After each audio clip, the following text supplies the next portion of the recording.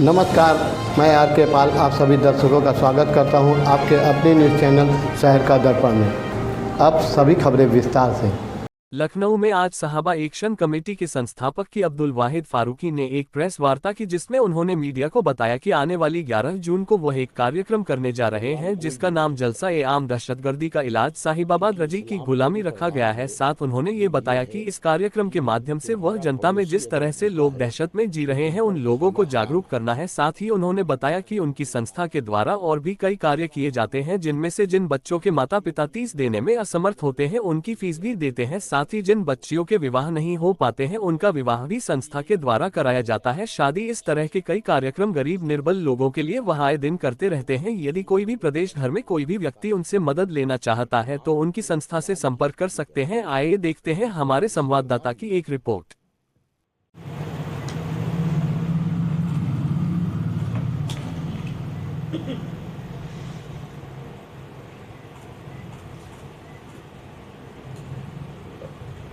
Idea सब आ रही है।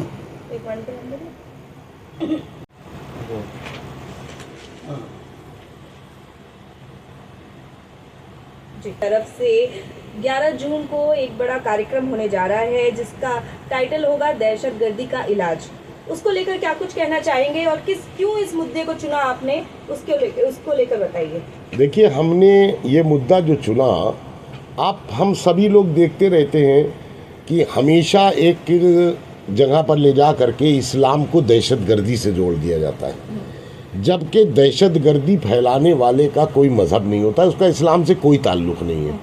और इस्लाम के पॉइंट ऑफ व्यू से अगर मैं बताऊं तो जितना इस्लाम ने दहशतगर्दी को फेस किया है, किसी भी आप हर धर्म की स्टडी कर लीजिए, किसी ने नहीं फेस किया। मैं आपको बताता चलूँ, हमारे पैगंबर साहब जनाब मोहम्मद रसूलुल्लाह सल्लल्लाहु अलैहि वसल्लम को जब मक्के को छोड़ के मदीने जाना पड़ा तो उनके ऊपर पत्थर फेंके गए, अपना घर छोड़ के दूसरी जगह जाना पड़ा और लोगों के जुल्म और ज़्यादती से जाना पड़ा, तो वो भी तो दहशतगर्दी थी।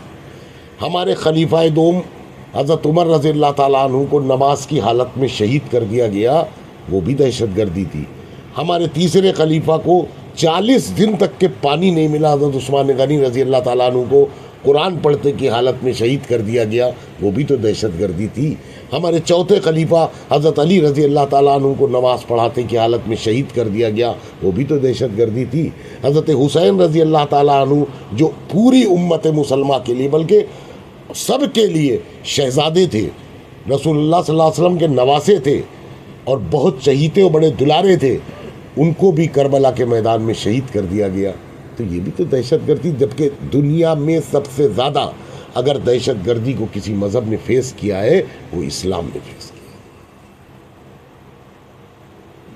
सर, अगर आपकी बात करूँ, आपकी सहाबा एक्शन कमेटी जो है वो किन किन मुद्दों पे काम कर रही है अभी और किस तरीके से समाज के लोगों की मदद कर रही है? सहाबा एक्शन कमेटी वेलफेयर के काम कर रही है, इंसानियत के पैगाम को आम कर रही है।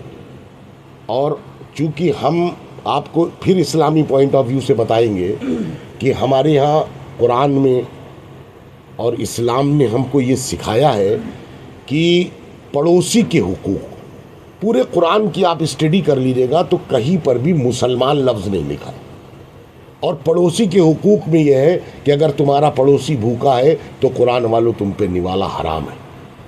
सहाबा एक्शन कमेटी इसी लाइन पर काम कर रही है कि 5 बुनियादी काम है सहाबा एक्शन कमेटी के, जिसमें नंबर 1, उन परिवारों को जहां पर 2 वक्त चूल्हा नहीं जल पाता है, उसमें समाज का कोई भी हो, उस घर को हर महीने 130 परिवार ऐसे हैं जहां हर महीने सहाबा एक्शन कमेटी के ऑफिस से राशन जाता है और बिना किसी फ़ोटो के। इसलिए कि मैं ये समझता हूँ कि जो हमसे राशन ले रहा है उसकी तो मजबूरी हो सकती है, लेकिन फ़ोटो खिंचवाना मेरी मजबूरी नहीं है, तो इसलिए बिना किसी फ़ोटो के। दूसरा काम है उन बच्चों की पढ़ाई के लिए जो बच्चे IIT CPMT कंपटीशन को बीट कर चुके। मैं आपके माध्यम से भी कहना चाहता हूँ, समाज के किसी भी वर्ग का वो, जो बच्चे डॉक्टर इंजीनियर बनना चाहते हैं, आगे चल के देश की सेवा करना चाहते हैं, ऐसे बच्चों के अगर पेरेंट्स के हालात ठीक नहीं है, उनके साल की फ़ीस नहीं जमा कर पाते हैं, तो आपके माध्यम से मैं कहना चाहता हूँ कि वो साहबा एक्शन कमेटी के ऑफिस में आए। उन बच्चों की साल की फ़ीस जमा करने का काम भी साहबा एक्शन कमेटी करती है। जो बीमार हैं, जिनका इलाज नहीं हो पा रहा है, ऑपरेशन नहीं हो पा रहे हैं, उन दवा नहीं हो पा रही है, उन लोगों को दवा पहुंचाने का, इलाज कराने का, ब्लड डोनेट करने का, ये सब काम भी साहबा एक्शन कमेटी करती है। जो बच्चियों की शादी नहीं हो पाती है, उनकी मुनासिब उम्र में उनके रिश्ते आते हैं, मगर उनके पास वसाइल की तंगी की वजह से, पैसा न होने की वजह से माँ बाप बेचारे परेशान होते हैं, उनकी शादी ब्याह के इंतज़ामात में भी साहबा एक्शन कमेटी काम करती है। आप जो लोग जेल में बेकसूर बंद हैं, ऐसे लोगों को छुड़ाने का, और जो लोग अपनी सज़ाएं पूरी कर ले चुकने के बाद जुर्माना नहीं अदा कर पाते हैं, उनका जुर्माना अदा करने का काम भी साहबा एक्शन कमेटी करती है। और जेल के रिकॉर्डों में भी है कि इतने लोगों को मैं निकाल चुका का। फिर वही मकसद आया, इसको भी आप उसी से जोड़ के चलिए कि इस्लाम ने पड़ोसी के हुकूक बताए। आपका पड़ोसी है, उसको दो तरह से देखिए। अगर पड़ोसी मुसलमान है, आपको ऊपर वाले ने, अल्लाह ने हैसियत दी है, आप 50,000 का बकरा लाए और दूसरे आदमी को हैसियत नहीं दी है, उसके बच्चे उस बकरे को देख करके आप शो ऑफ कर रहे हैं, आप दिखा रहे हैं, उसके बच्चे रो रहे हैं, तड़प रहे, परेशान हो रहे हैं, तो एक काम आपको ये करना है कि शो ऑफ नहीं करना है। दूसरे, अगर आपका पड़ोसी हमारा मुल्क का हमवतन हिंदू भाई भी हो सकता है, आपकी उस कुर्बानी से उसको तकलीफ़ नहीं होना चाहिए। आप कुर्बानी कर रहे हैं, सुन्नत इब्राहिमी पे अमल कर रहे हैं, लेकिन आपकी ज़ात से उसको तकलीफ़ नहीं पहुंचना चाहिए। गंदगी जो उसकी है, उसको आप डस्टबिन में डालिए जो नगर निगम की है। आपको साफ़ सफाई का ख्याल रखना है। ऐसा कोई काम आपको नहीं करना है जिससे आपकी इस नेकी को, किए गए इतनी अजीम कुर्बानी, इतनी अजीम काम को आप कर रहे हैं, उसके बाद आपकी ज़ात से किसी को अगर तकलीफ़ पहुंचती है। तीसरी बात ये कि अगर आपको ईदगाह भरी मिले तो आप सड़कों पे नमाज ना पढ़ें, आप मस्जिदों में नमाज पढ़ें। ये मेन पॉइंट थे जो मेरे आपके साथ। बहुत अच्छा रही। जैसे कि सर कल पर्यावरण दिवस भी है, तो उसको लेकर क्या कुछ करना चाहेंगे आप, और समाज को क्या अपनी तरफ से संदेश देंगे? देखिए, पर्यावरण दिवस पर साहबा एक्शन कमेटी, ये पिछला काम है साहबा एक्शन कमेटी का, कि हर वर्ष साहबा एक्शन कमेटी पेड़ लगवाती है। और ये पेड़ इसलिए लगवाए जाते हैं कि हमारे मुल्क के, हमारे जिस जगह हम शहर में रह रहे हैं, आजकल देखिए आप कि सारे जंगल काट दिए गए, सब काटे जा रहे हैं। ऐसे हालात में क्या होता जा रहा है, उसका जो हमारे समाज पर असर पड़ रहा है।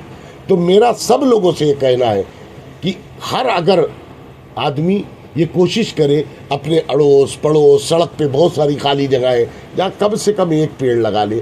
10 रुपये 20 रुपये की हैसियत का एक पेड़ मिलेगा, उसको लगा करके अपने शहर के जो एटमॉस्फेयर है उसको बदलने की कोशिश।